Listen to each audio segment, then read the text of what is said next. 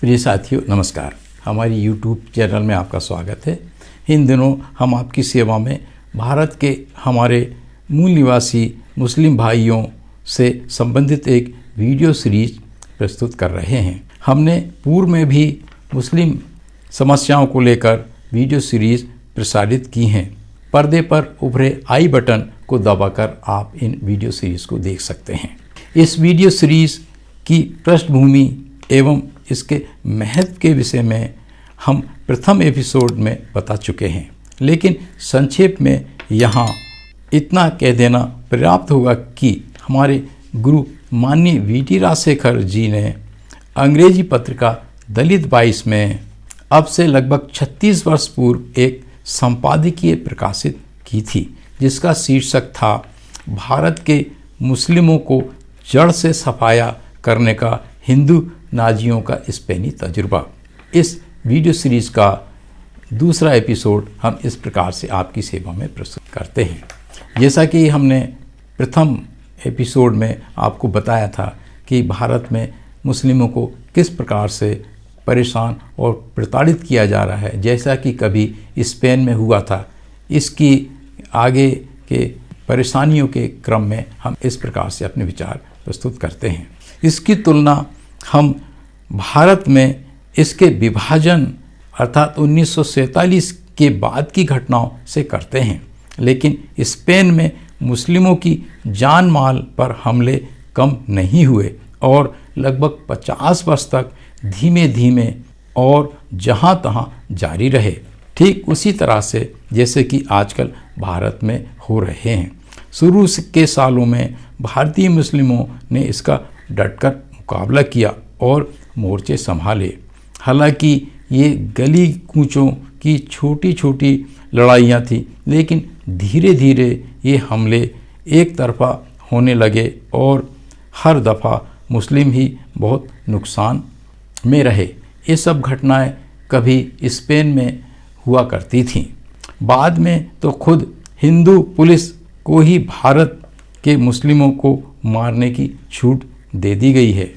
Spain में जब एक तरफ ईसाइयों के संगठित जनसमूह इस प्रकार के नरसंहारों को कर रहे थे, तो दूसरी तरफ फर्दीना हुकूमत ने मुस्लिमों को नौकरियों से निकालने के लिए कुछ पॉलिसियां इख्तियार की और निम्न हथकंडों का इस्तेमाल किया।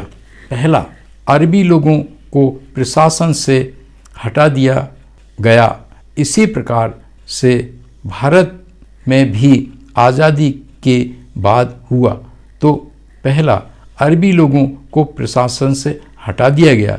इसी प्रकार जब भारत 1947 में आज़ाद हुआ था तो मुस्लिम 35% सरकारी नौकरियों में थे। आज वे सिर्फ 3% रह गए हैं।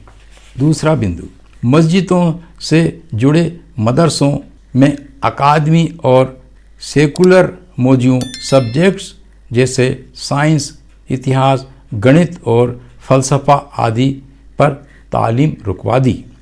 केवल मजहबी तालीम की इजाज़त दी गई। इतिहास की पाठ्यपुस्तकों में ऐसी झूठी बातों को प्रवेश दिलाया गया जिससे ये साबित हो सके कि मुस्लिम हुकूमत जालिम और आक्रांता थी। स्पेन की तरक्की में मुस्लिमों के योगदान को दबाया और छुपाया गया।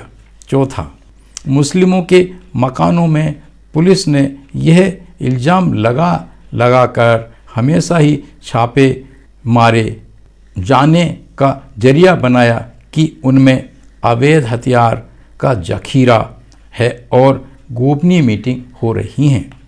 पाँचवा, मूल अरबी मुस्लिमों को इस तरह से पेश किया गया कि वे ईसाइयों के दुश्मन हैं और स्पेन को बर्बाद करने वाले हैं। छठवां, ईसाई मजहब छोड़कर इस्लाम में गए लोगों को इस बिना पर फिर से ईसाई मजहब में आने के लिए उकसाया गया कि उनके बाप दादों को जबरन मुस्लिम बनाया गया था, इसलिए अब उन्हें इस्लाम से कोई सरोकार नहीं है और उन्हें फिर से ईसाई मजहब में आ जाना चाहिए। सातवां बिंदु, ऐसे मुस्लिम जो मुस्लिम ईसाई माता पिता से जन्मे थे उन्हें नाजायज़ औलाद कहा गया और इस बात के लिए उकसाया गया कि वे भी ईसाई मजहब अपना लें। आठवां, इस्लामिक तरीके से की गई शादियों को न्यायालयों में रजिस्टर कराने के हुक्म दिए गए। नवां बिंदु, इस्लामी कानूनों को गैर कानूनी करार दिया गया।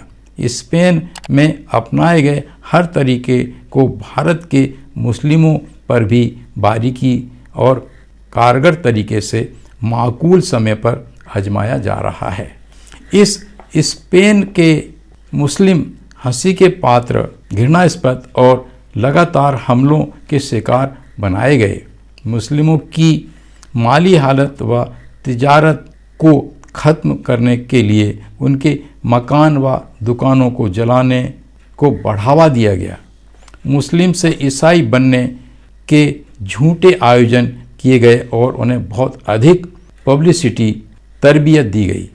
भारत में भी खूब शोर शराबा करने वाले आर्य समाज, आरएसएस, रामकृष्ण मिशन, विश्व हिंदू परिषद आदि के हिंदू नाजी भी ठीक ऐसा ही कर रहे हैं। स्पेनी मुस्लिमों की पहली 2 पीढ़ियों ने अपने अरबी पढ़ाने का और अपने मजहब को बचाए रखने की गरज से बच्चों को घरों में और मस्जिदों में अरबी पढ़ाने का तरीका अपनाया और अपने मजहब को बचाने के लिए मौखिक रूप से सच्चाइयों के बारे में बताते रहे, लेकिन यह तरीका कारगर साबित नहीं हुआ। इससे उनमें वह जोशो खरोश खत्म हो गया जिसकी की ज़रूरत थी। जब शादियों की रस्म को सिर्फ सरकारी हुक्मरानों के जरिए से ही कराने के हुक्म हुए तो शुरू में तो मुस्लिमों की शादी की रस्मों को 2 बार कराना पड़ा, एक सरकारी हुक्मरानों के सामने और फिर बाद में निजी तौर पर इस्लाम के तरीके से। धीरे धीरे दूसरी रस्म बंद हो गई, यहाँ तक कि इस तरह की निजी तौर पर बाद में की जाने वाली रस्मों को बंद करवा दिया गया।